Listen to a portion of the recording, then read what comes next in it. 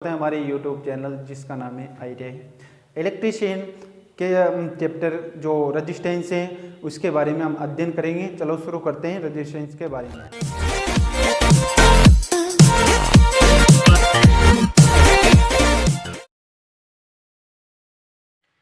प्रतिरोध की परिभाषा क्या है?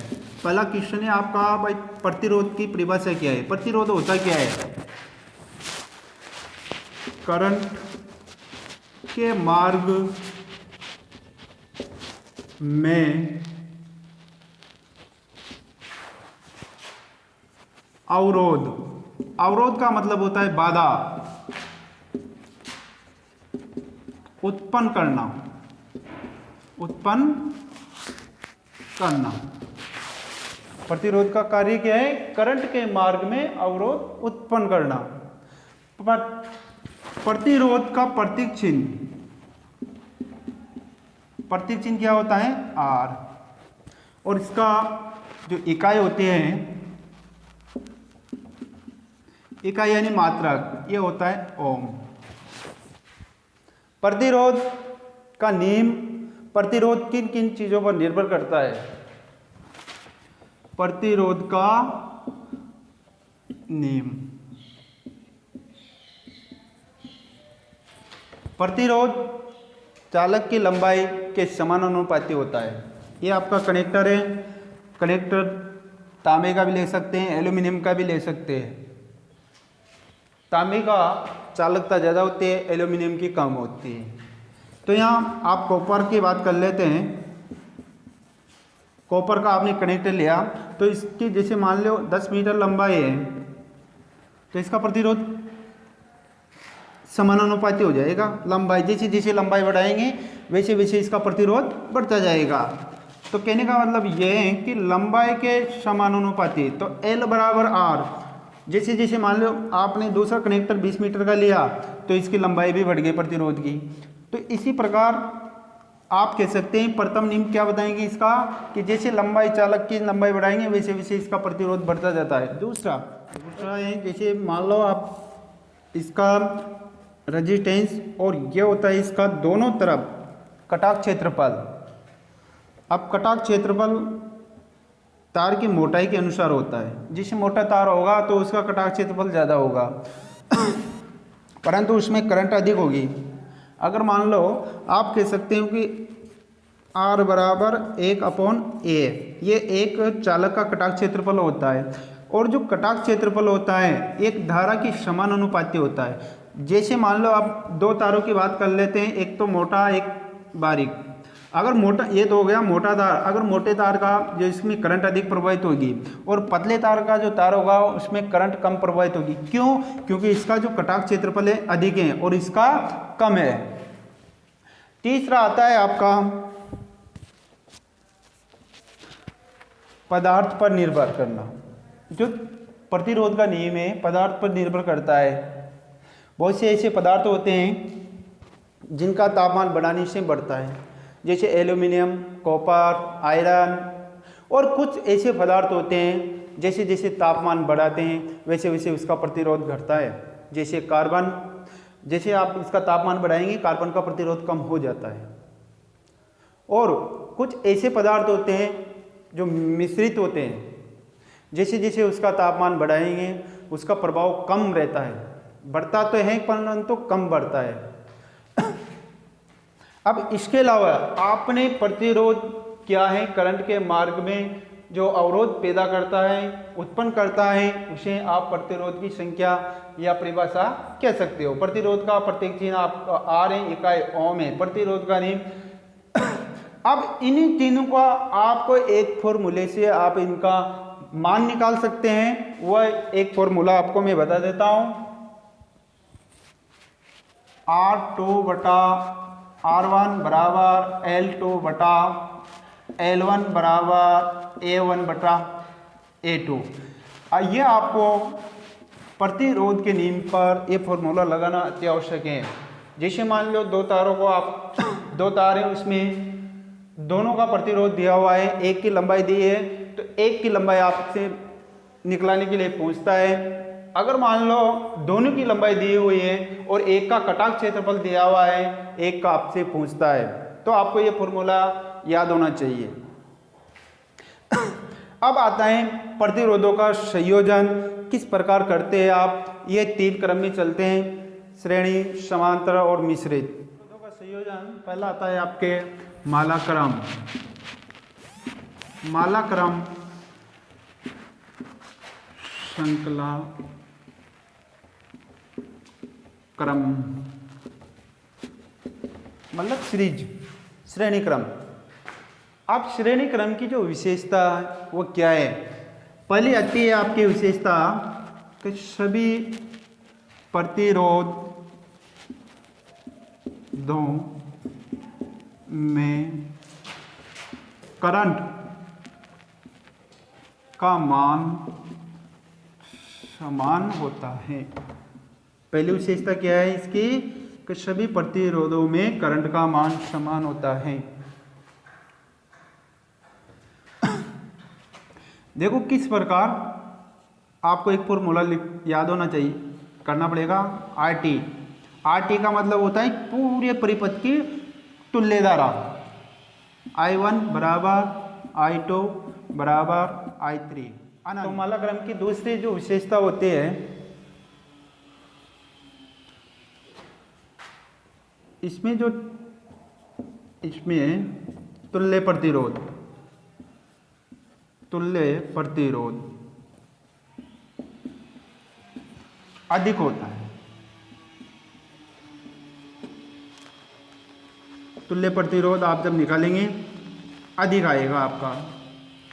तीसरी विशेषता है सभी प्रतिरोधों में वोल्टेज अलग अलग या भिन्न भिन्न अलग अलग होता है।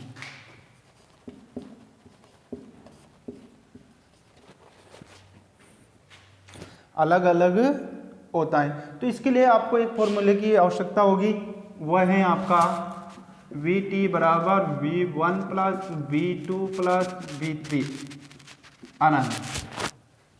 ठीक है, तो ये मालाक्रम की विशेषता होती है कि सभी प्रतिरोधों में करंट का मान समान होता है और इसमें तुल्य प्रतिरोध अधिक होता है। सभी प्रतिरोधों में वोल्टेज अलग अलग होते हैं। अब इसके बाद में जो इसका सर्किट बनाएंगे, डायग्राम बनाएंगे, आपको ये 3 प्रतिरोध नजर आ रहे होंगे। R जो ये प्रतिरोध है। अब यहाँ बैटरी आपको नजर आ रही है, फिर सप्लाई स्रोत के रूप में इसका प्रयोग किया गया है। सप्लाई स्रोत जैसे मान लो 12 वोल्ट की आपकी बैटरी है, तो ये सप्लाई स्रोत हो गया। इसमें जो वे आपको नजर आ रहा है, ये विभवांतर होता है कि प्रतिरोध में कितना वोल्टेज ड्रॉप हो रहा है। तो यहाँ श्रेणी क्रम की हम बात करेंगे। चलो ये आपके जो सप्लाई स्रोत है बैटरी है, बैटरी सप्लाई स्रोत के रूप में बैटरी में प्लस और माइनस होते हैं, तो आपने इसको कनेक्ट कर दिया। प्रतिरोधों का जब आप संयोजन करेंगे तो यहाँ तो प्लस होगा, यहाँ माइनस होगा, और यहाँ प्लस होगा, यहाँ माइनस होगा, यहाँ प्लस होगा, माइनस होगा। मैंने आप प्लस और माइनस क्यों लिया, क्योंकि प्लस और माइनस जब मिलते हैं तो वहाँ प्रकाश या ऊष्मा उत्पन्न होती है, इसीलिए मैंने प्लस और माइनस लिया है। अब यहाँ देखो ये प्रतिरोध है 1 2 3। अब मान लो समान मान के भी हो सकते हैं, असमान मान के भी हो सकते हैं। अगर मान लो समान मान के लिए आपको समान मान के प्रतिरोध हैं आपके पास, जैसे 5 ओम का समान मान के रेजिस्टेंस है आपके पास में, तो इसके लिए आपको एक फॉर्मूला लगाना पड़ेगा। तो ये हो गया आपका तुल्य प्रतिरोध बराबर N × R। जो N है आपके, ये प्रतिरोधों की संख्या है, 1 2 3 4 कितनी भी हो सकती है। अगर असमान की बात करें हम, असमान रेजिस्टेंस, अगर मान लो असमान आपके पास रेजिस्टेंस है, उसको आपने मालाक्रम में जोड़ा है, तो उसका तुल्य प्रतिरोध निकालेंगे आप, तो क्या लिखेंगे, RT बराबर R1 plus R2 plus R3 अनंत। तो इस फॉर्मूले से आप असमान प्रतिरोधों का मान निकाल सकते हैं, समान का निकाल सकते हैं। इसके बाद में इसमें कितनी करंट प्रवाहित हो रही है, तो इसके लिए आपको ओम का नियम पर ही चलना पड़ेगा, क्योंकि करंट के लिए आपको क्या फॉर्मूला लगाना पड़ेगा, RT बराबर V/RT, क्योंकि श्रेणी क्रम में सभी प्रतिरोधों में करंट तो समान होती है, तो आपको जितनी भी जो तुल्य करंट आएगी वो सभी प्रतिरोधों में, मान लो आपकी तुल्य करंट आपकी यहाँ 5 एम्पियर आ जाती है, तो सभी में 5 5 5, परंतु वोल्टेज अलग अलग होते हैं। जैसे मान लो तुल्य वोल्टेज कितना है, 12 वोल्ट, तो सब में अलग अलग। अब इसको सिद्ध कैसे करेंगे कि सवाल आपने किया है गलत है सही है, इसके लिए आपको तीनों प्रतिरोधों में जो वोल्टेज ड्रॉप हुए हैं वो तुल्य वोल्टेज के बराबर आना चाहिए, तभी आपका सवाल सही है, अन्यथा गलत है। अब श्रेणी क्रम के बाद में दूसरा क्रम आता है आपका, चलो समांतर क्रम या पार्श्व बंधन के बारे में हम यहाँ चर्चा करेंगे। बंधन, इसका मतलब होता है समांतर क्रम। क्या होता है, समांतर क्रम। अब समांतर क्रम की विशेषता होती क्या है, इसको किस प्रकार प्रतिरोधों को आप किस प्रकार कनेक्ट करेंगे, तो पहली विशेषता आपकी ये आती है कि सभी प्रतिरोध में वोल्टेज समान होते हैं, समान होते हैं। तो इसके लिए आपको एक फॉर्मूले की आवश्यकता है, VT बराबर V1 बराबर V2 बराबर V3 अनंत, क्योंकि समांतर क्रम में प्रतिरोध 1 2 3 4 अनंत कितने भी आ सकते हैं। तो दूसरी आती है तुल्य प्रतिरोध, जो आपका समांतर क्रम का तुल्य प्रतिरोध है, प्रतिरोध कम होता है, कम होता है। क्यों होता है भाई कम, क्योंकि सबसे कम मान का जो प्रतिरोध है उससे भी कम तुल्य प्रतिरोध आता है इसमें। तीसरा है आपका सभी प्रतिरोधों में करंट का मान भिन्न भिन्न यानी अलग अलग, भिन्न भिन्न होता है। तो आपको यहाँ एक फॉर्मूला की आवश्यकता है, IT बराबर I1 plus I2 plus I3 अनंत। अब आपने तीन विशेषता, प्रतिरोधों में सभी वोल्टेज समान और सभी प्रतिरोधों में करंट का मान अलग और तुल्य प्रतिरोध कम होता है। अगर मान लो आपको ऐसे याद नहीं होता है तो श्रेणी क्रम का विलोम में ही समांतर क्रम की विशेषता है, क्योंकि श्रेणी क्रम में करंट समान हो रहे हैं, वोल्टेज अलग अलग हो रहे हैं। यहाँ वोल्टेज समान हो रहे हैं, करंट अलग अलग हो रही है, तो आपको श्रेणी क्रम या माला क्रम का विलोम ही इसकी विशेषता है, सीधी सी भाषा में। तो हम इसके बारे में यहाँ वही डायग्राम बनाएंगे, डायग्राम बनाकर इसमें प्रतिरोधों का तुल्य प्रतिरोध किस प्रकार निकालेंगे।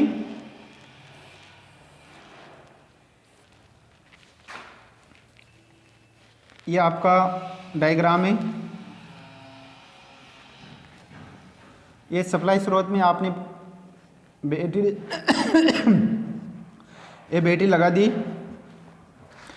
R1 R2 R3 तीन प्रतिरोध आपने कनेक्ट कर दिए। अब ये प्रतिरोध समान के लिए, पहली बात तो समान प्रतिरोध के लिए आपको तुल्य प्रतिरोध निकालेंगे। तो समान रेजिस्टेंस के लिए जब आप समान प्रतिरोध के लिए तुल्य प्रतिरोध निकालेंगे तो किस प्रकार निकालेंगे, RT बराबर R/N, ये आपको फॉर्मूला लगाना है। अब N यहाँ क्या है, प्रतिरोधों की संख्या है, RT बराबर R/N, N प्रतिरोधों की संख्या है। उसी प्रकार से असमान रेजिस्टेंस, ये तो है समान के लिए। अगर मान लो किसी भी सर्किट में दो प्रतिरोध दिया है तो आपको एक फॉर्मूला लिखना पड़ेगा, RT बराबर R1 इंटू R2 बटा R1 प्लस R2। अगर मान लो दो से ज़्यादा रेजिस्टेंस कनेक्ट हैं तो इसके लिए आपको इस फॉर्मूले की जगह ये लगाना है, RT बराबर 1/R1 plus 1/R2 plus 1/R3 अनंत। और करंट का मान वैसे निकालेंगे ओम के नियम से। अब यहाँ देखो, क्योंकि सभी प्रतिरोधों में वोल्टेज तो क्या है, इसमें समान है, करंट का मान आप निकालेंगे तो तुल्य करंट का मान जो आया आपके, वह सभी प्रतिरोधों, तीनों प्रतिरोधों की जो करंट का मान तुल्य प्रतिरोध के तुल्य करंट के मान के बराबर आना चाहिए, तभी आपका जो समांतर क्रम है वो सिद्ध हो पाएगा, अन्यथा नहीं हो पाएगा। ये इसकी एक सिद्ध करने का तरीका है और उसमें वोल्टेज को आपको सिद्ध करना है, इसमें करंट को सिद्ध करना है। श्रेणी और समांतर क्रम में आपने जो प्रतिरोध संयोजित किया तो इसमें क्या होता है कि धारा का मार्ग सभी में अलग अलग हो जाता है, धारा बढ़ जाती है, जबकि श्रेणी में धारा का मार्ग एक होता है। इस प्रकार आप इसको कनेक्ट कर। अब बात करते हैं प्रतिरोधों का तीसरा जो क्रम है आपका, वो है मिश्रित क्रम। मिश्रित क्रम, इसमें श्रेणी और समांतर के गुण मौजूद हो वो मिश्रित क्रम कहलाता है। जिसमें श्रेणी और समांतर के जो गुण हैं पाया जाता है वो मिश्रित क्रम कहलाता है। चलो मिश्रित क्रम का जो हम डायग्राम देख लेते हैं।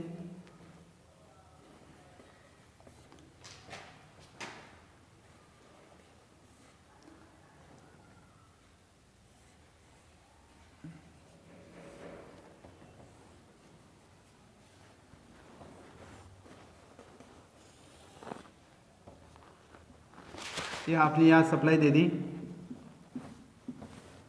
प्लस ये माइनस। अब इसमें देखो कितने प्रतिरोध लगे हुए हैं, 1 2 3 4 5, ज़्यादा भी हो सकते हैं, 6 भी हो सकते हैं, 7 भी हो सकते हैं।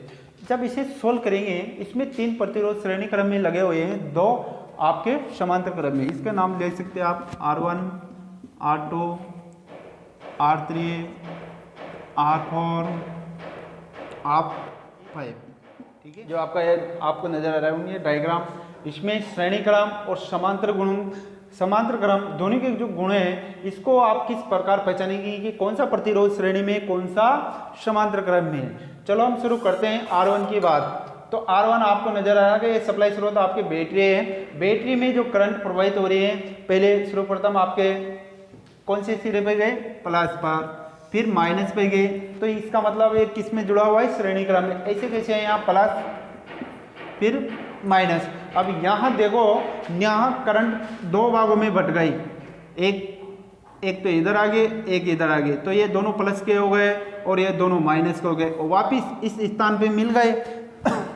तो ये कहलाया समांतर क्रम, क्योंकि करंट का मार्ग दोनों में अलग अलग हो रहा है और दोनों का चिन्ह, पहले प्लस आ रहा है, इधर भी प्लस आ रहा है, जबकि इधर देखो यहाँ प्लस फिर माइनस, दोनों यहाँ एक दूसरे को जब विपरीत प्लस आ जाते हैं, एक दूसरे को आकर्षण कर लेते हैं, करंट आगे बढ़ जाते हैं।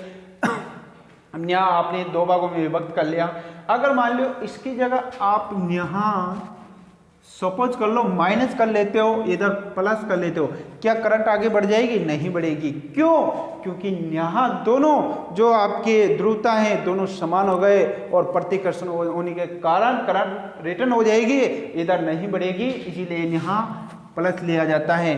तो ये दोनों समांतर क्रम में हो गए और ये तीनों श्रेणी क्रम में हो गए। अब ऐसे डायग्राम को सर्वप्रथम सोल्व करने के लिए आप पीछे से इसे सोल्व करते हैं। अब पीछे से सोल्व करेंगे तो ये दोनों आपके समांतर क्रम में आ रहे हैं और ये तीनों श्रेणी क्रम में आ रहे हैं। तो इसके लिए आपको एक फॉर्मूला लगाना पड़ेगा, RT बराबर R1 इंटू R2 बटा R1 प्लस R2, ठीक है। अब ये फॉर्मूला मैंने लगाया, इसकी जगह 3 होता तो मैं दूसरा फॉर्मूला लगाता, परंतु इसे शॉर्ट करने के लिए मैंने ये लगाया, जिसे मान लो 1 इंटू 1, 1 प्लस 1, ये हो गए आपके 1/2, कहने का मतलब 0.5 ओम का। तो इस डायग्राम को मैंने यही सोल्व कर दिया। अब इन दोनों की जगह में एक प्रतिरोध लूंगा, वो कितने का लूंगा, 0.5 का। तो इसको आप डायग्राम इस प्रकार बना सकते हो। अब यहाँ मैंने एक प्रतिरोध ले लिया और ये एक प्रतिरोध ये हो गया और वापस मैंने सप्लाई प्रदान कर दी। तो ये कितनी प्रतिरोध होगी, 4, R1, R2, R3, R4। देखो 5 प्रतिरोधों का मैंने छोटा रोप करके कितना कर दिया, 4। अब ये चारों श्रेणी क्रम में, जैसे मान लो 1 ओम, 1 ओम, ये आ गया आपके 0.5 ओम का और ये भी 1 ओम है, सपोज करो। तो इसका अब वापस तुल्य प्रतिरोध निकालेंगे तो इस प्रकार निकालेंगे, RT बराबर R1 plus R2 plus R3 plus R4। तो मान रख देंगे 1 प्लस 1 प्लस 1 प्लस 0.5, तो इसका योग करेंगे हम तो ये हो जाएंगे 3.5 ओम। तो आपका जो तुल्य प्रतिरोध आया वो कितने का आया, 3.5 का। इस प्रकार आप इसको सोल्व कर सकते हो। अब इसके बाद में प्रतिरोध जो कनेक्टर पर जो निर्भर करते हैं चालकता, उसके भी विलोम होता है हमेशा। देखो कैसे होता है, जो चालकता है, चालकता होती क्या है और इसका कार्य क्या है। ये आपका एक कनेक्टर है, कनेक्टर का मतलब होता है तार, जिसमें करंट आप प्रवाहित कर सकते हो। जो करंट प्रवाहित कर सकते हो उसमें जो मुक्त इलेक्ट्रॉन है वो एक स्थान से दूसरे स्थान पर गमन करते हैं। अब इसमें चालकता होती क्या है, इसे इंग्लिश में कंडक्टेंस कहते हैं। ये करंट के मार्ग, जो करंट का मार्ग है उसमें विद्युत धारा को प्रवाहित करने में सहायता प्रदान करते हैं, और जो प्रतिरोध होता है वो विद्युत धारा के मार्ग में अवरोध या बाधा डालता है। अब चालकता का प्रतीक चिन्ह G होता है। क्या होता है, G। इसके 2 मात्रक होते हैं, साइमन और मो। साइमन और मो। अब साइमन का प्रतीक चिन्ह S होता है और मो हमेशा उल्टा ओम होता है। तो आप दोनों में से अगर चालकता का जो मात्रक आ जाता है, साइमन और मो दोनों राइट हो सकते हैं। अब देखो प्रतिरोध और चालकता का संबंध किस प्रकार है, क्योंकि चालकता हमेशा करंट के समानुपाती होते हैं। जैसे जैसे करंट बढ़ते हैं वैसे वैसे चालकता बढ़ते हैं। तो G बराबर I, तो चालकता और करंट का एक प्रत्यक्ष अनुपात में होता है। जैसे चालकता बढ़ते हैं तो करंट का मान भी निश्चित रूप से बढ़ेगा। अब यहाँ आप प्रतिरोध की बात कर लेते हैं, तो आपको एक फॉर्मूला याद होगा जी। देखो R बराबर है, चालकता का जो प्रतीक चिन्ह है G है, इसका मात्रा साइमन या उल्टा ओम होता है। तो आपको जैसे मान लो कोई कनेक्टर है तो इसमें 5 ओम का प्रतिरोध है, इसमें चालकता का मान निकालेंगे तो आपको एक फॉर्मूला लिखना पड़ेगा R/1/G। तो R है वो रेजिस्टेंस है, R बराबर 1/G। तो यहाँ आपने मान रख दिया, R का मान कितना है 5 ओम, 1/G। यहाँ मल्टीप्लाई करेंगे वज्र गुणा, यहाँ आप वज्र गुणा करने पर जब वज्र गुणा करेंगे तो G इंटू 5 बराबर 1 इंटू 1, तो G बराबर 1/5, तो भाग देंगे 0.2। ये आ गया आपकी साइमन में कितनी चालकता है, ये जब रेजिस्टेंस कितने का है 5 ओम का, जो आपकी साइमन है वो कितने का है 0.2। तो इसका मतलब कहने का मतलब जैसे जैसे प्रतिरोध का मान बढ़ाते हैं वैसे वैसे चालकता का मान कम होता है और इसके आधार पर करंट का मान भी कम होता है। तो हम चालक पर निर्भर करता है। अगर मान लो चालक की मोटाई बढ़ा देंगे तो प्रतिरोध कम हो जाएगा, करंट का मान बढ़ जाएगा, करंट का मान बढ़ जाएगा तो चालकता का मान भी बढ़ जाएगा। तो इनका तीनों का आपस में संबंध होता है। अगर आपको एक और फॉर्मूले की आवश्यकता होगी चालक के आधार पर, कटाव क्षेत्रफल जी, चालकता करंट, ये तीनों समानुपाती होता है। जैसे कटाव क्षेत्रफल, जैसे मोटा तार है तो उसमें करंट भी अधिक होगी, चालकता भी अधिक होगी, परंतु प्रतिरोधों को आपने अच्छी तरह समझ लिया होगा। प्रतिरोधों का संयोजन, प्रतिरोध का नियम। तो हमारा वीडियो अच्छा लगे तो इसे लाइक करें और दोस्तों को शेयर करें, हमारे YouTube चैनल को सब्सक्राइब करें। Thank you.